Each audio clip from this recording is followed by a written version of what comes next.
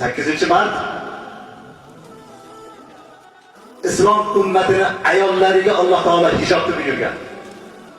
Kufr mana shu hijobda ayollarning yuzidan olgan bitta islomiy hukm bulg'angan.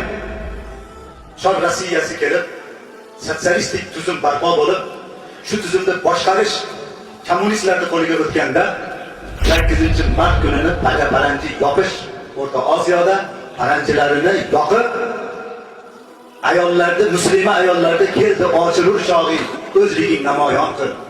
Yuzing qanaqa, qoshing qanaqa, ko'kraging qanaqa, bo'yning qanaqa, o'zingni endi namoyon qilib ochil degan kun bo'ladi.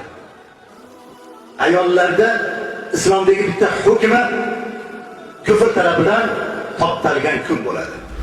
Endi bitta musulmon odam ayoliga kelib, qiziga kelib, bir narsa shirinlikmidi sovg'a qilib, yuzingiz ochilib, iymoningiz yoqilib, kofir bo'lganingiz qutlug' bo'lsin degani bo'ladi. Ochilganingiz qulluq bo'lsin degani bo'ladi. O'zligingizni hammaga ko'rsatgan kuningiz, kufringiz muborak bo'lsin degani bo'ladi. Iymondan kufrga o'tgan kuningiz bilan tabrik qilaman degani bo'ladi. Kim xotinini, qizini kufrga rozi bo'lsa, ochilishiga rozi bo'lsa, endi siz biznikisiz-ku, hamma sizni yuzingizni ko'rib maza qilaversin. Hamma ko'zi bilan sizni zino qilaversin. Hammaga zinoga biz rozimiz, sizga muborak bo'lsin degani bo'ladi.